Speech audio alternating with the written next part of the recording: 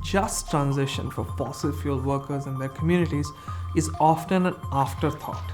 The government makes a plan that we will phase out coal and then decides, oh, by the way, we have to think of these workers and their communities, so let's just do something. We need to make sure that workers have a bright future in a fossil fuel less world. Workers and their communities should not be left behind.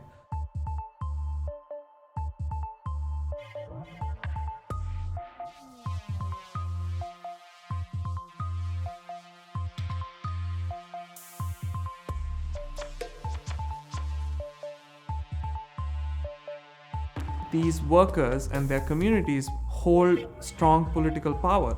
Hillary, in her book, admitted that one of the biggest mistakes of her campaign was going to this coal town and saying that she's going to transform this region, this coal region, using renewable energy, which means a lot of coal companies and coal miners will lose their livelihood and their business. And Donald Trump, he went to the same regions and he said, look, she said she's going to take away your jobs.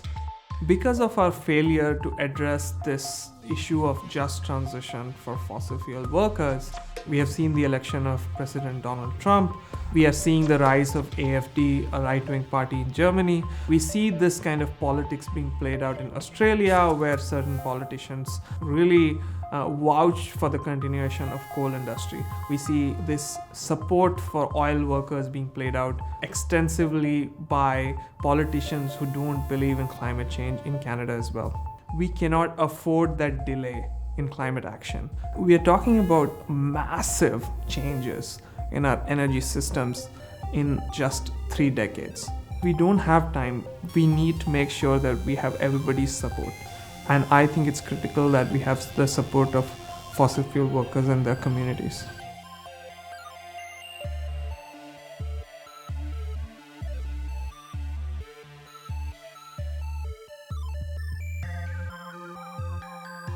When you visit these towns, people really know the impacts on fossil fuels. They're breathing dirty air, their water is polluted, they're living in a very hazardous condition, and they recognize all this and they are not happy about it. Majority of them are aware about climate change and they're aware that their industry is massively contributing to this problem of climate change. So they are seeing all these impacts. At the same time, they are completely dependent on their employment. Right now they're supporting this, but if somebody offers them, say, a nice job which is comparable, I personally strongly believe that a majority of them will actually participate in climate action.